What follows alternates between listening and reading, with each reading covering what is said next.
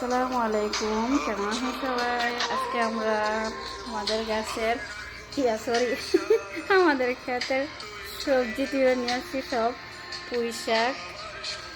পুঁই শাক, তারপরে যে লাউ শাক, মিষ্টি কুমড়া শাক, এগুলা হচ্ছে লাউ শাক, এটা সরি কুমড়া শাক, এটা হচ্ছে লাউ শাক এগুলা।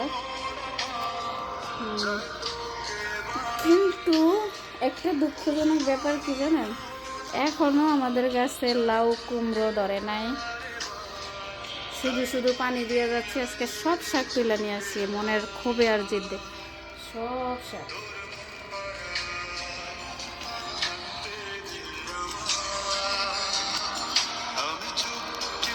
কি করলে গাছে ফল ধরে জানি না।